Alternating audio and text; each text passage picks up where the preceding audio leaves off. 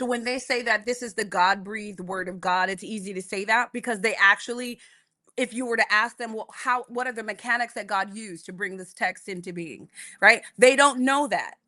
They don't know about the various councils. They don't know about Constantine. They don't know the history, like church history. They don't know Bible history. They don't know about the books of the Bible being chosen. They don't know about the process of translation. Just even a working knowledge, right? Like, hey, you don't have to go to seminary to kind of have a basic knowledge of like, how did this religion become what it is today? How did it intersect my peoples who were in a region of the world where this religion was not there, in spite of people continuing to say that, like, there are Ethiopian Christian Orthodox people, right? But this is not the religion that has spread around the world. And if you look at where Christianity is, the predominant religion, what you will see is the very self-same map for Western European colonization.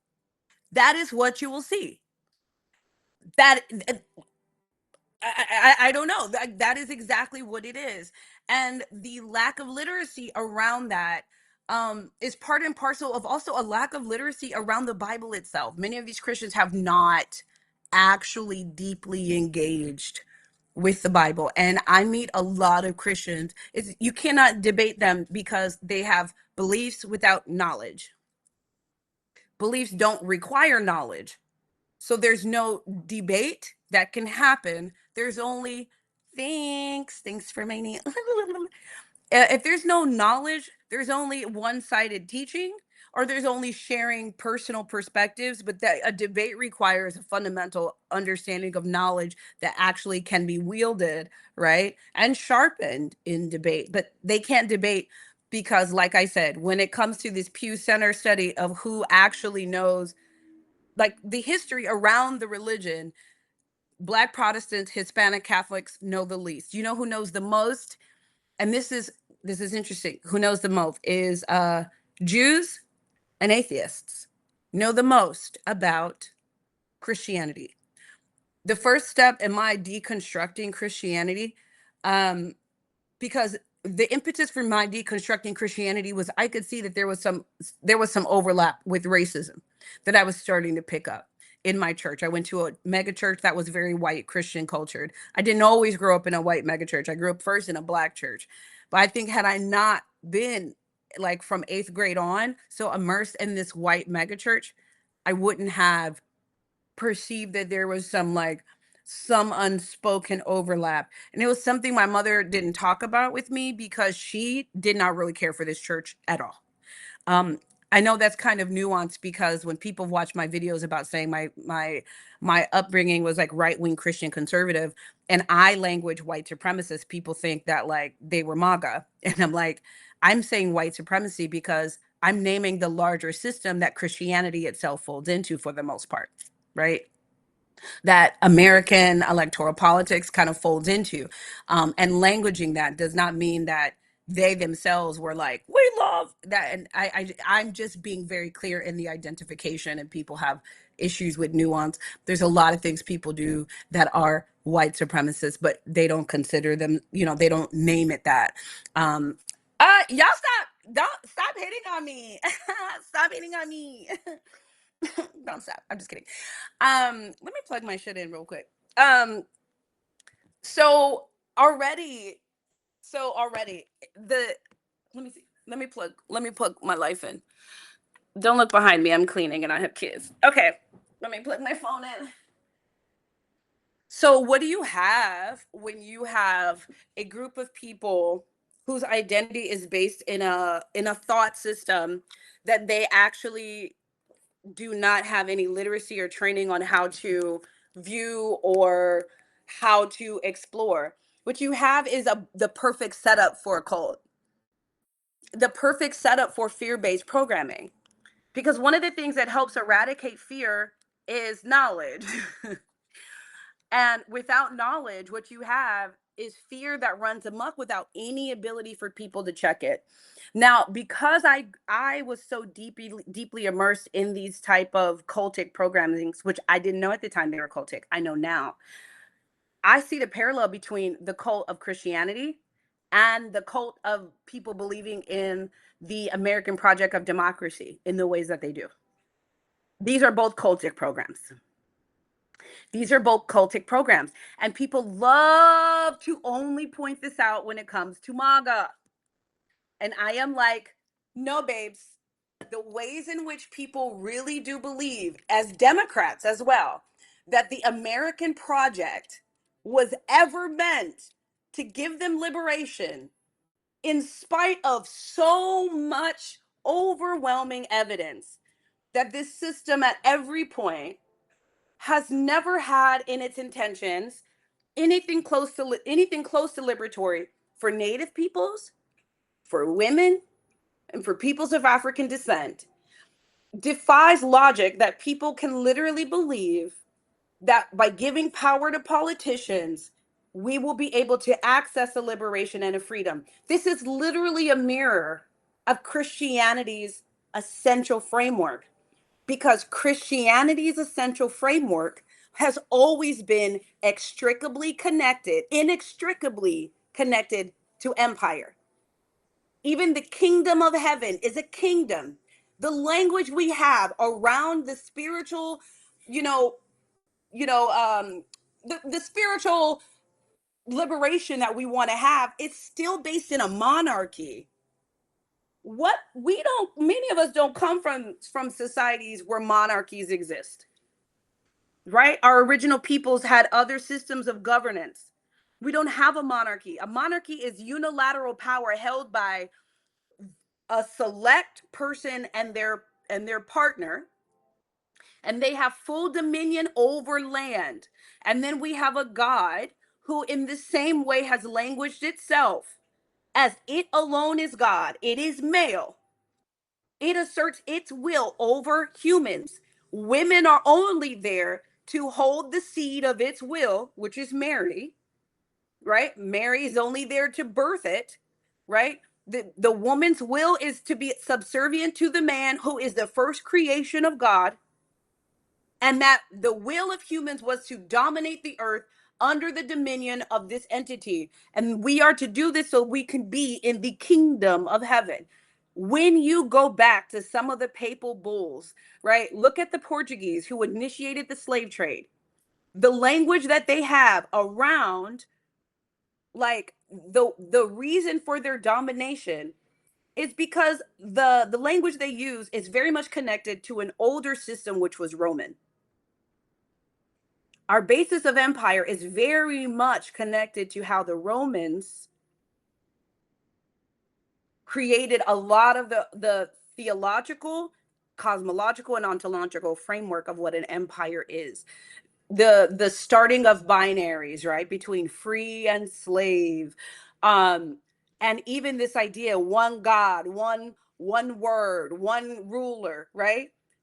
Setting up the man as the head of empire, being godly ordained to spread not just the spiritual system, but the spiritual system, its connection with the empire. This is the original framework, and this goes back early. Roman Empire is early. And then you have Western Europe idealizing this Roman Empire, right? Just kind of idealizing it. American Empire idealizes it as well. And they build this framework of empire based on the Roman Empire. And then you have these church doctrines that give the authority to the king to spread itself. And then we have not just free and slave as binary categories, we have Christian and heathen as categories. And why can this spread? Because it's the God-given mandate to subdue the earth and also to convert. And if you are considered heathen, you are considered as inhuman. This is the precursor to what will become white and black, right?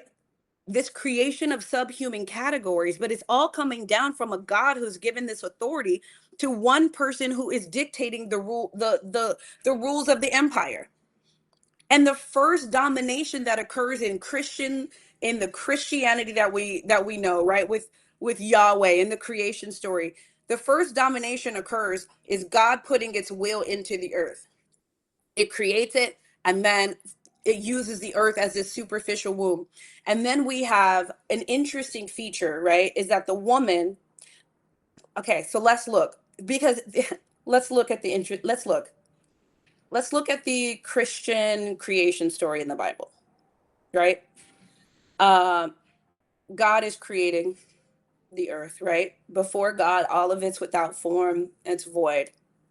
We know that there's some waters that get separated, but let's go. When we get to creating humans, God breathes its essence and forms man from the dirt. The first inheritance is God and man. Now, the inheritance of man is woman. Woman is the lineage of man, but man is the lineage of God. That's the first separation right here we have around gender, right? Woman is said to have come from the rib of Adam, but man comes from a kind of divine conception where the womb of the earth, the soil itself, I say womb because look at what soil does. You put a seed in it and it grows, right? Is that not kind of wombic? Wombic, right? You plant something, it grows. God plants its own breath and essence into soil and uses that soil to create man on the earth. Let's take this literally. The next conception we have, immaculate conception, happens in a similar way, but instead of the earth, it's a woman. Now the earth is not considered divine or godlike in the same way the woman is not considered god or divine, right? And now we have a godlike inheritance now comes through the man, his son Jesus. But the woman again is left out of the equation entirely. The woman is human. The woman belongs to man. Now we have inheritance is patrilineal. The only one who is inheriting God's essence is always the man. But God itself creates, but doesn't have a womb in order to create. So it uses other wombs, not itself. The first womb is the earth, the second womb is the woman. And the child of each of these is male and is made in God's image. Okay, okay. Now we have patriarchy, which has literally made women a subclass. Women do not have all the rights and authorities. And now we have inheritance patterns in our societies that are based on the man. But what's interesting is what do you inherit from a woman in the Christian origin story? Humanity inherits not its divinity, but its, what does it inherit? Its sinful nature comes through the woman.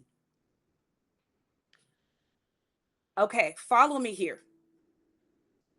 The Roman Empire sets the precedent that the children, or like even for livestock, belong to the mother, which means that being a slave, or your condition in society, your position is based on the woman, which the American Empire will replicate.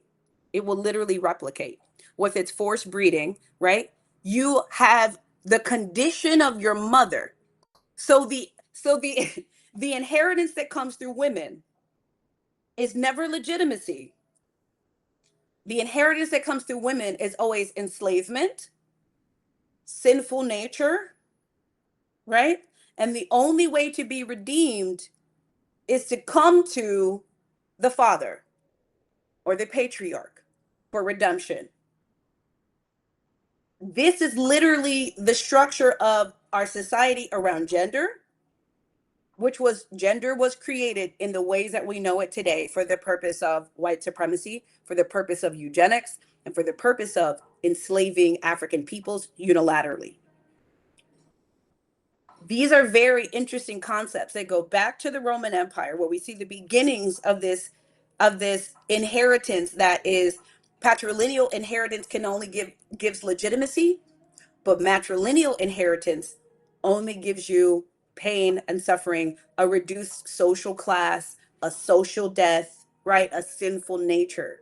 This comes from their belief about the God. This comes from their belief about God. And it's so interesting that then you have Black women defending to their death with their own will the preeminence of the father's will over their own life. I told you guys about how I was married to, like, there was ceremonies for us to be married to God. So before I could even own my body as something sinful, I had to be given to God. And then we wonder, how do we live in a society that doesn't allow women to have any free right over their bodies? Because women were never meant to have free right over their bodies, even from the initiation of your God. The woman's job was only to be subservient to the will of men, either a divine man or his emissary, which is a man. So whether that's your American president, or whether that's your monarch in Western Europe, right? Or whether that's a Roman, right? The head of the Roman Empire, the initiation of this has always been determined. And then what does it mean for other men? It means that the will of man, the man who considers himself the first emanation of God, has way more control over land and property and women. And it's so interesting because all across the intersection of Christians' cultic programming, patriarchies, cultic programming, Western European white supremacist cultic programming, colonization's cultic programming, you see the same relationship. How these cultic programs treat the earth is how they treat women. Yahweh set it up. Yahweh set it up like that. Yahweh set up this delegitimization of land, that land that should be dominated. But land is a womb. Why? Because you plant seeds in it and it grows. But the seeds also come from the land. And for the first time ever, we have a spiritual system that has a man who creates, but has to use a womb that he creates from no womb. Interesting. But the person it procreates with is never also divine. Interesting. Interesting. Interesting. And what's so interesting about this is that even human biology doesn't validate this creation story. It makes no sense. How does this validate the creation story when we know that all that mitochondrial DNA is passed from mother to all children unilaterally? That's passed through woman unilaterally. Why DNA does not pass to all children unilaterally? The only unbroken lineage we have is all humans to a single woman. Where? In Africa. Oh, interesting. Interesting. Interesting. Interesting. Interesting. We know that all fetuses in the womb first pass through female before becoming male. So how does this creation story even hold up when the human species doesn't even follow the same pattern of the creation itself? Not in the ways Western European empires have interpreted it, at least, which is the ways peoples around the world know it because of colonization. It doesn't even fly. You have the only lineage that's passed down from mother to child in these societies is the lower class system of enslavement. If your father's a king but your mother's a peasant, you usually do not become royalty. You stay a peasant because of the class of your mother. If you're enslaved, your father is a slave master, your mother is an enslaved African woman, and he impregnates an enslaved African woman, the child is a slave. Okay. The legitimacy comes through the father, according to the Christian God. But all DNA remains unbroken through the mothers, through the womb, on a large landmass that itself acts as a womb. But if you were to question this is like the fundamental thing. Is like you can ask a lot of questions about Christianity, but when you start asserting around the gender and nature of God in this way, this will be the biggest. This everybody unilaterally will start to get all up in arms. It is like, well, God doesn't have a gender. Okay, well then why are we? How can God create it doesn't have a womb, but it has to use somebody else's womb to create itself? Wouldn't it? If it can, like, what? Why is there this relationship? Why did it need the earth to create people? Why couldn't it put? It's just so interesting. But the cultic programming at large, the whole purpose of it is to delegitimize our own connection to our own personal sovereignty, so that we can give it to somebody else. And who has Christianity primed us to give it to is always a man who considers himself an emissary of God. And the American government has done this all the way back to Western Europe and the initiation of colonization around the world. The dictate that God gave the monarchs the right to land, to conquer it, to subdue it. And then the conquering and subduing of women comes right after, because they are the same. They are symbolically, they are the same. The treatment of them is the same. They are the same entity. And there's always some person in the middle, right? So people who believe in the project of American democracy have this same relationship to the founding fathers. They think that God wanted this program, God wanted this nation, in spite of the fact that, why does your God have such a propensity for warmongering? And why does your God seem to only make war most poignantly with peoples who are black and brown around the world? Why does your God want to only own and dominate land? Wow, that's so interesting. Do I find that Christianity still affects my subconscious? No. And if I find that it does, I will work my ass off to uproot it. I believe the Christian programming to be the biggest proponent of harmful cosmological and epistemological violence on the face of the earth.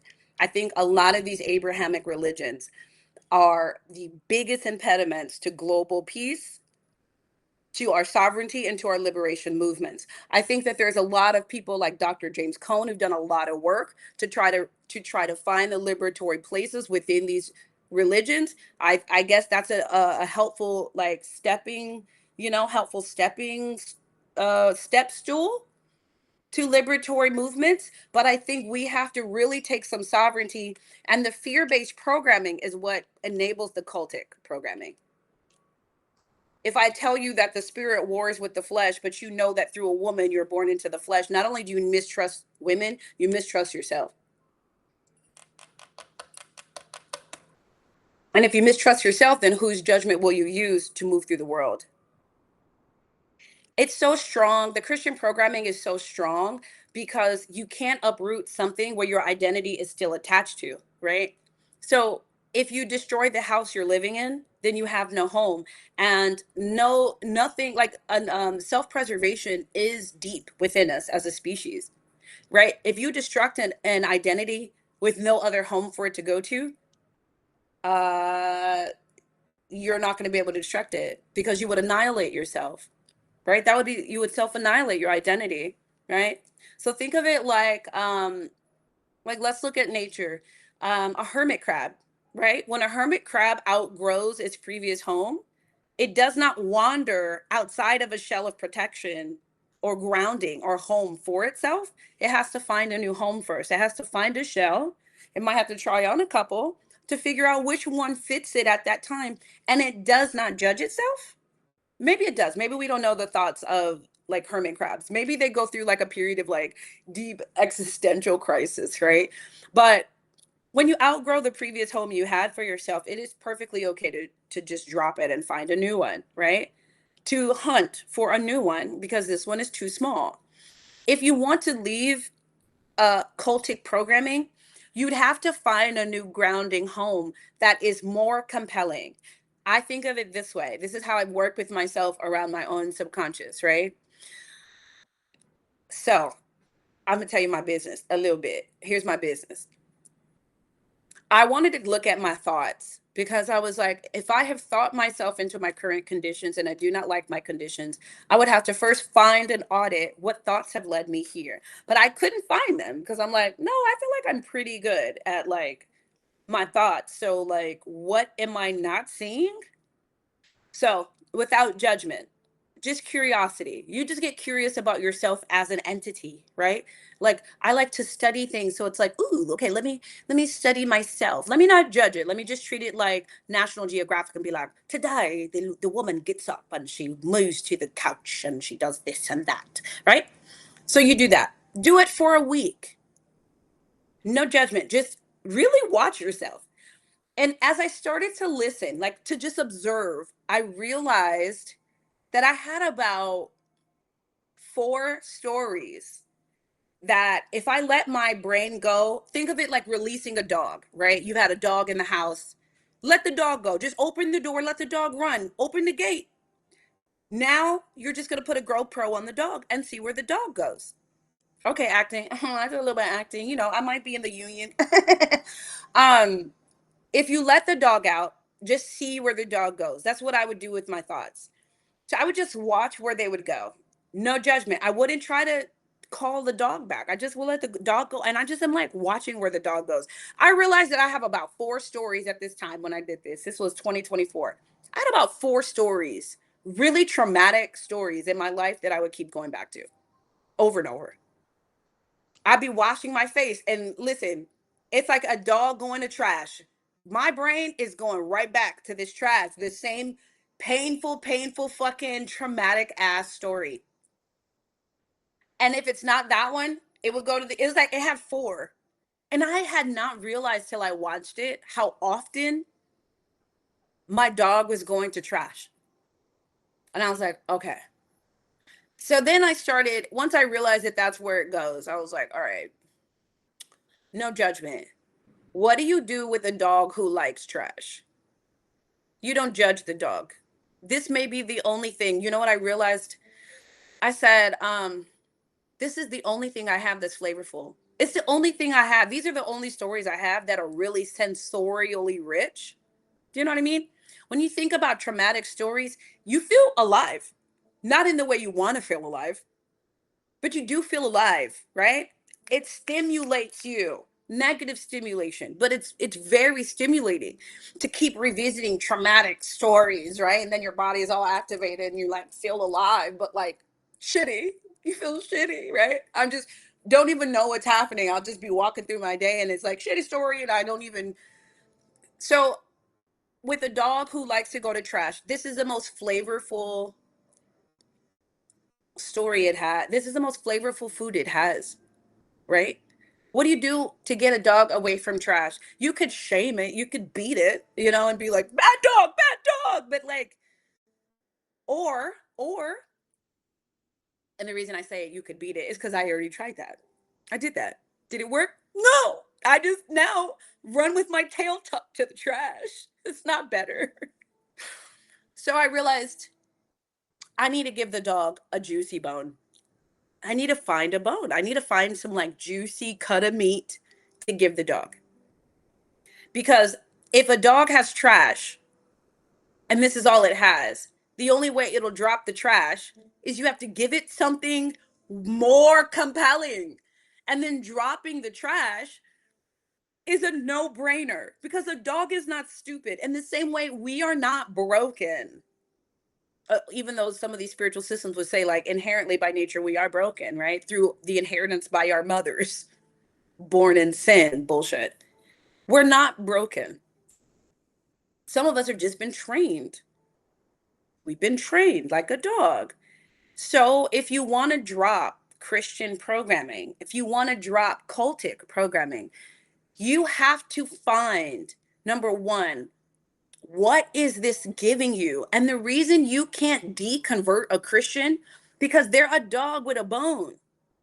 They need this bone. Why can't you explain to people the history of the American Democratic Project and show them all the evidence around what happened in natives and all of the literature of these founding fathers and how they viewed African descendant people, how they viewed native people, and how they viewed women? And you can show them today all of the evidence of policies and things that would show that these people are not in our service, but they cannot drop it. Why? Because it's feeding something. When I was a Christian and I was a Republican, these ideas were feeding something in me. What was it feeding? Number one, it was feeding my need for legitimacy, my need to be known, my need to be called by a name. Christianity, it gave me a name, right? It called me a daughter of God, right? It gave me a will, it gave me a purpose.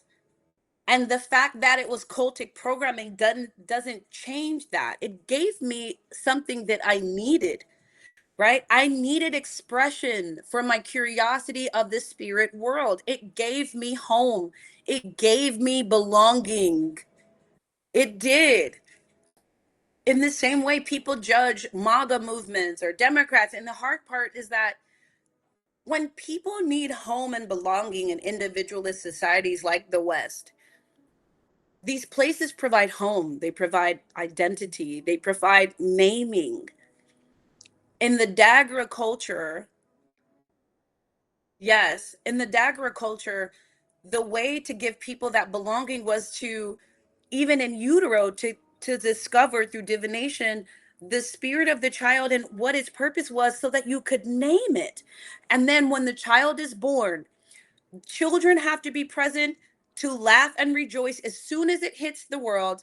And then the people have to rejoice so that the soul knows it's arrived in a place where its medicine and purpose is wanted. Why is that so important? Because so many of us are born into societies where we've been named already, right? If you are born native or indigenous, you're not even like, the dominant society considers you invisible. Like you're just white from the collective consciousness, right, at large.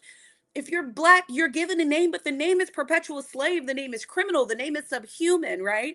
If you're Muslim or, or Arab, the name you're given is infidel, the name you're given is, right? This society has given us collective names, but they're not names that are celebratory. And sometimes we're born into families where, like, nobody was there to celebrate us and call us names like beautiful, wanted, desired, important, necessary. So we find ourselves really susceptible to cultic programming. Yes. And the fear, even though we don't like it, the fear also gives us identity, because fear gives us a box that's way too tight. But if you're not being held in community, a box that's too tight can feel like a hug, can feel like a fucking hug. We don't get people out of cultic programmings by shame. You get people out of cultic programmings when you give them what they needed in a way that feels more compelling. What do we all need? Home, belonging, a place to put our gifts, people who name us in beautiful names, a feeling of knowing our place in the world, right? A feeling of like, feeling like the larger world is not so scary. A lot of these dogmatic religions and political ideologies are so binary, and they draw people. Why? Because multiplicity is scary. Binary is grounding for people. The binary, right, wrong, Christian, non-Christian, black, white, gay, straight. The binary is male, female. The multiplicity for people with no home feels chaotic. And when you have not grown up in a society where you understand how to deal with chaos, the binary, the dogma draws people because the box feels like a hug. And they're afraid. They're afraid. They're afraid of a big, large world. And so they're trading a box for safety, masking it as a hug. These are, whether we like it or not, this is what, in my own having to deconstruct out of such really rigid ideas, how do you deconstruct out of that, is like building stamina for understanding what I cannot understand. You have to build stamina for that. Wandering the world and not knowing where you belong, those things are identity deaths. It was extremely hard to do, to wander in a liminal space where now I don't know what I believe about the world. I don't know where I belong. I don't know what is right, what is up, what is down. I was depressed. Would I do the Dr. Daff show? No, because the moment people start saying stupid shit to me, I want to dig into the thing underneath it.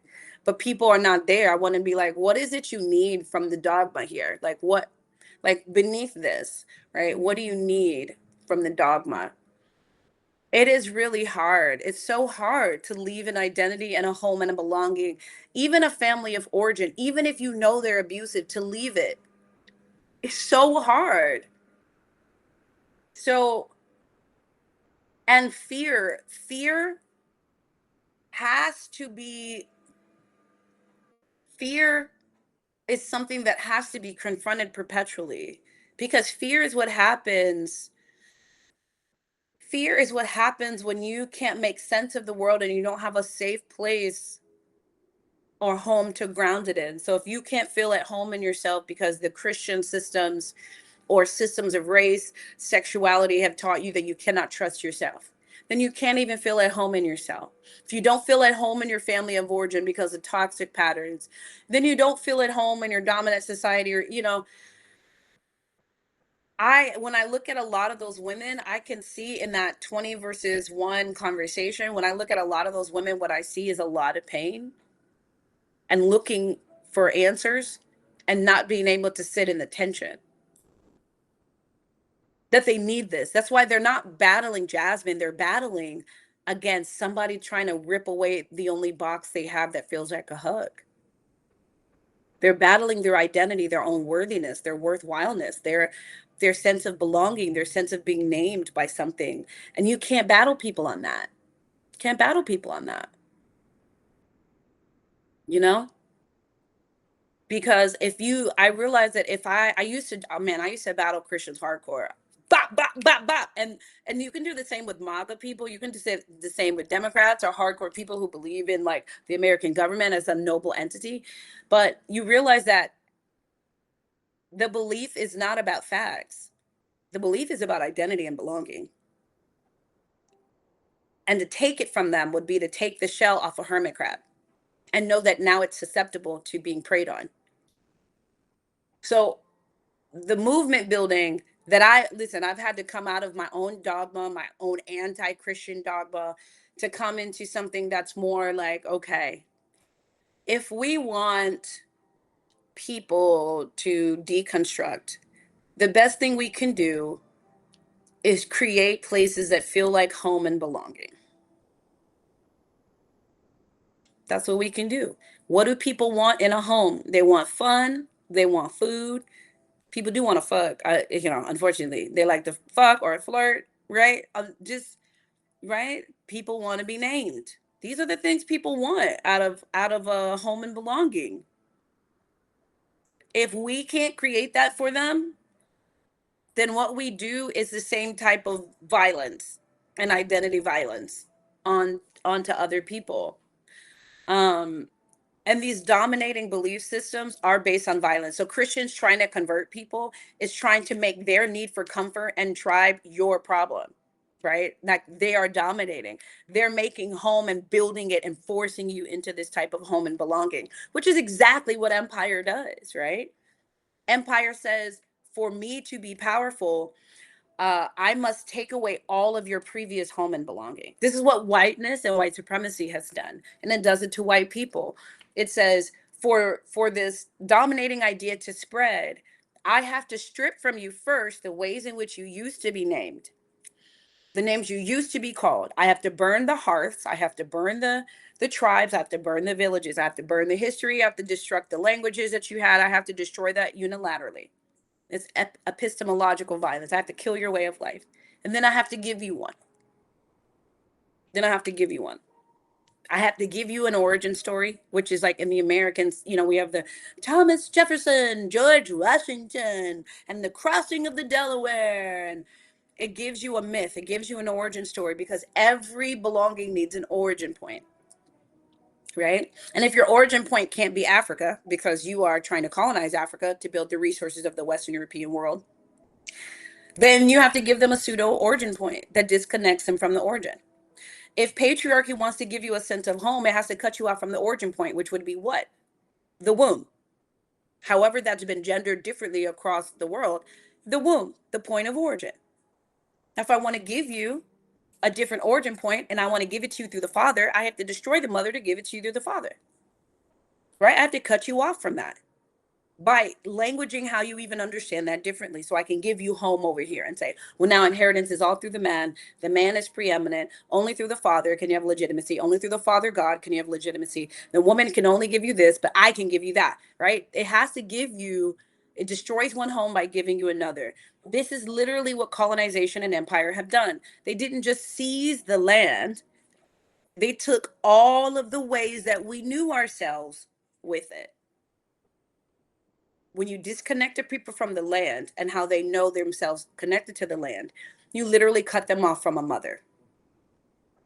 And when you cut someone off from a mother, you cut them off from kinship, which means plants, animals, waters, right? Now you give it to them through the father, but the father doesn't have a matrilineal lineage. It doesn't have an unbroken lineage. So it has to continuously war for precedence because the lineage is not unbroken, which means every generation's got to war again, right? If you're trying to dominate land, but land has its own will, right?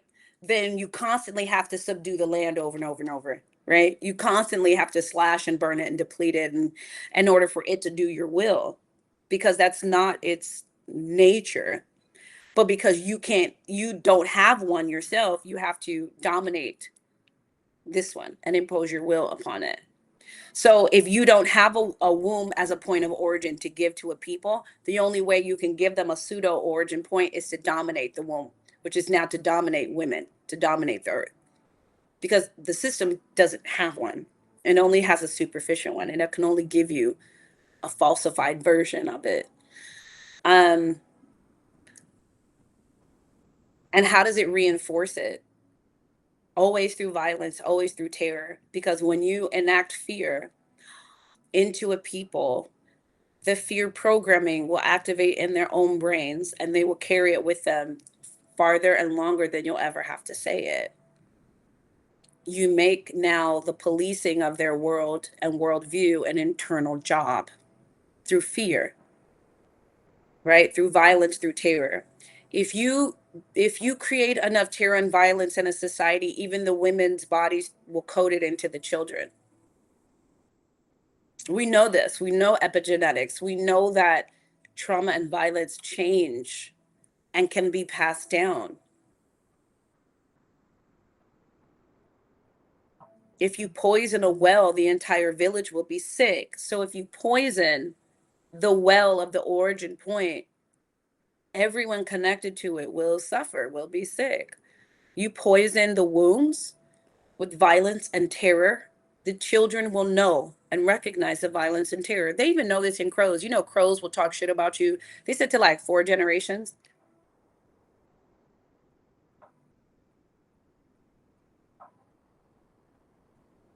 So the fear-based programming that people have around Christianity, they think is like they think it was free will choice. I chose this, but it's like, baby, you know how many hundreds of years of programming of this relationship with this particular God and system that's never just Christianity also has a way you view the larger dominant system and American government, and also has a view of how you view Israel and electoral politics and international affairs and how you view gender, how you view relationships, right?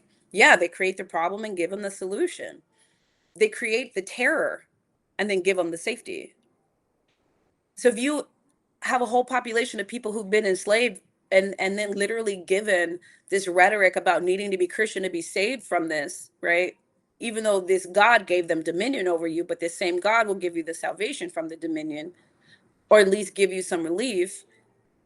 And then you say, well, I chose it. It's like, baby, this was chosen in your genetics before you even got here.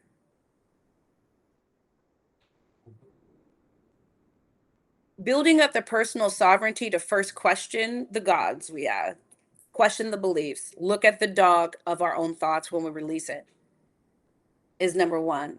But then it's building the courage and sovereignty. And I have to, and first finding other models of what exists. I love Bois came on. I love the cosmology of liberated folks because their version of God offers you something else. If you want to leave Christianity, you got to find a different system that feels like home. You got to find something else. You got to change gods. Jasmine essentially was telling them, I vetted this God and I found I didn't like him. And they're like, oh, they cannot fathom that level of personal sovereignty. And their only response is to believe that she should be punished for it, which is such a white supremacist colonial empire way of thinking. And it's amazing that that many Black women can't see it. But if it was whiteness that was language like that, they would get it. What resource was that? Which resource? What did I say? Bois There's a prayer that Dutchy Bookman is reported to have said at Bois. It's a ceremony that started the Haitian Revolution. But here you see in this prayer that's very short, there's a whole cosmological understanding, a whole belief about the world that is very different from the one that enslaves and keeps people enslaved, because they believe that their God cares about Black people and explicitly wants Black people free. And if your God has that belief about your people, then you will act differently because you believe that you can be the will of this God who wants your people free.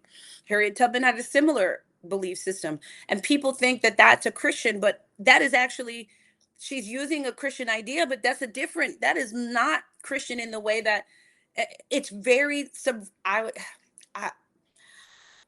I think that's tricky because none of the Christianity at the time validates her ability to say that. So she's using a tool, but she's using a tool in a way that is not even meant to be used, which would mean that she's kind of violating the tool's use at large, like, which would mean to me that this is not Christian, actually, what she's doing. No matter that she says it, she may not have other words for it, but it's not Christian. It's not coming from Christianity. It's not. There's no framework for it in Christianity. So then where did you get it? That wasn't Christian. Like, the idea that the God at the time, the God's chosen people that they keep saying were the Hebrews, are not us. The God that was brought to us, the way that this was brought to us, was that slaves should obey their masters. So if you disobey your masters and your whole primacy of this religion is based on the fractured Bible they've given you, and then you use that same thing to liberate yourself, what you're doing is not Christian. It's you're finding something within it, but the impetus and the power for that is not coming from that, because it doesn't have it for you. That's why so many Christians today are so inept, because the only people who have the right to land and autonomy are God's chosen people, which they've convinced us today are the Israelis. And I said not Jews, I said Israelis. That's Israelis, a nation state identity. They said the Hebrews are the Israelis, and that the Israelis have a right? This nation state identity is different. It, at large, I guess I'm saying is, you got to kill the gods. You got to kill all your gods. You got to vet them all. You got to vet them all. And if you cannot kill your God, if you are so afraid to kill the God in your mind, then you know that you are a slave to something new. That it is not a tool for you, you are a tool from it. And if something makes you that afraid that you can't question it, you do not have free will. You have an authoritarian system of governance via spirit. Via spirit.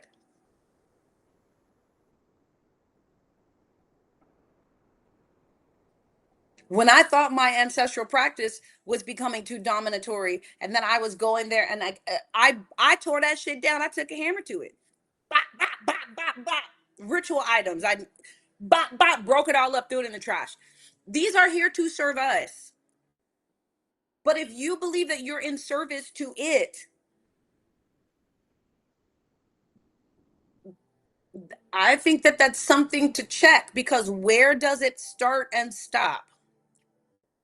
Where does that start and stop?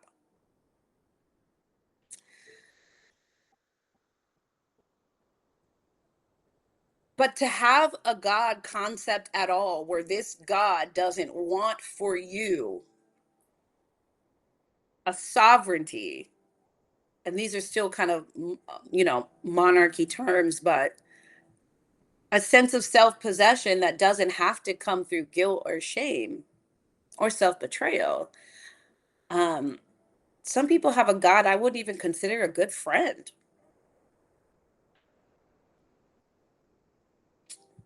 The Christian God, I'm like, if that was your father in human life, I'd say, baby, that man is a narcissist. Baby, that man is a warmonger.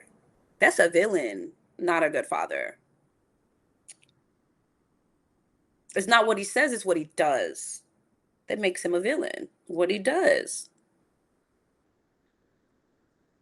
So I want us to have that level of boldness about what we're choosing to believe, and knowing that to choose it means we can, to choose something means you should be able to betray it. And it's not choosing it if you're too afraid to leave it and say, "Oh, I just like it." Like, you don't know it's a choice till you've chosen to leave something that's really hard and to wander. Then you know you've chosen it. I know I've chosen my beliefs because what I started with is nothing even close to what I have now. And I had to wander the liminal space, reconstruct an entire identity, find something that matched, try on a whole bunch of, if you guys have met me in different iterations of myself, you would have met a very different person. Some of these versions of myself don't even, they wear the same face, they don't even meet. They don't even meet. And until you know that you can do that, like a hermit crab, outgrow something, drop it entirely. Um, you won't know how deep in us as humans is the need to like be devoted to the worship of something external if we don't have a home that feels safe. Anyway, that's my spiel. Follow me on Patreon. Become paid subscribers and members of Patreon and Substack. Because I have a whole thing on there about anti-blackness on my Patreon. Anti-blackness as a mother wound that gets into the nitty gritty of this, but I would never share some of this publicly. Some of these esoteric talks, like, they need longer amounts of time to talk through. These are not 3-minute clips like I can do on Instagram, because they'll be taken out of context and they just need way more conversation. And I love the esoteric conversations around liberation and how we get there. Like, what is the basic personal structure that helps us to get to that? Um, oh no, someone said Christian women fashion is extremely embarrassing after watching that video, the milkmaid dresses. I'm gonna tell you this. The most Christian women I see, when a woman out of nowhere becomes really super Christian, I know that she's trying to get married, or her husband's cheating on her and she's trying to stay married. I'll bet all my money. Whenever I see a woman do that whole kind of like Christian puritanical thing out of nowhere, I know her husband's cheating and she's trying to stay married. She's trying to keep sacrificing herself on the altar of, she need all the help of God to do it. She needs justification to stay. Or she wants to be chosen by a human man. So first she makes herself chosen by God, so she feels like she's worthy of being chosen by a man. That's the grooming of it. People say, they'll be like, no, no, no, but I know it because I lived it. I lived it. I lived it. I lived it. I lived it. Just so they could be married to a man and have terrible sex. I lived it. I lived it. Hallelujah.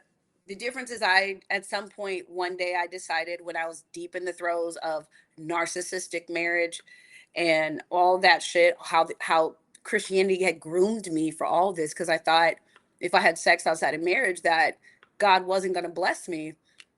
And so I married my abuser so I could have God's will. And I thought God was going to make that better. And it didn't make it better. It doesn't magically make it better. I expected God to come and help me and save me from things that I very much had the power to save myself from, but I didn't, because I was groomed to give that power away to God, to have a sky daddy come and save you. And it didn't happen. He did not do it. I understand some of Jasmine's point of view. It was not the right frame. The Christian frame really makes women susceptible to this type of grooming, patriarchal grooming and rhetoric. It makes us very susceptible. You marry young girls off for purity. You tell them that their body belongs to God, and the God is, you're talking about you're saying singing songs. That's also very homoerotic, I want to mind you, if you're a man, because it's like, fill me up, you're singing like, I surrender, God, I surrender, God. All these things where you're talking about a male, and then you think that when you meet relationships that you all of a sudden are going to have the ability to be like, when everything is telling you to submit to God, to submit to the highest ideal of a male, the good father. And then you meet men and you do the same thing. Like, baby, this shit is the same. This shit is the same. That's why I'm like, the cosmology, the way you believe about the world determines what you believe about yourself, and those two things cannot be separated. So if you tell me what you believe about God, I already know how you feel about yourself. I know it. Tell me what your God, tell me the origin story of your God and how humans came to be, and I can tell you how you relate to other humans. Tell me how your God feels about land, or how it talks about land, whether its relationship to land is one of extraction and domination, or its relationship with land is one of cooperation. I will tell you how it treats women and children. You don't have to tell me how it treats water, and I'll tell you what it believes about the nature of spirit.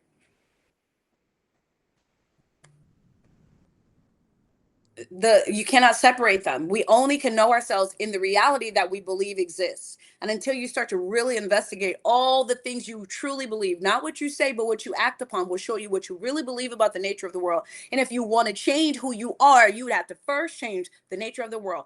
The difference between a slave and a free person is not the situation or the conditions. The difference is the ontology, the way they believe about themselves relative to the external conditions. That is the difference between enslaved people who stayed slaves and on the plantation, and enslaved people who were in Haiti. The difference is they believe something different about the world and their conditions.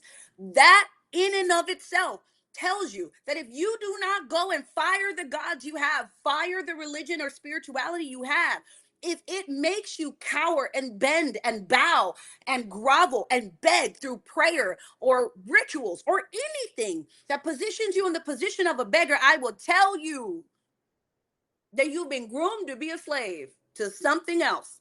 There'll be no freedom there, because the way you view the world doesn't allow freedom at all itself.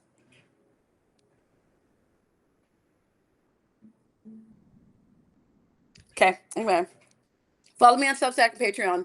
Make sure you pay for it. It's as low as a matcha every month. It's very low.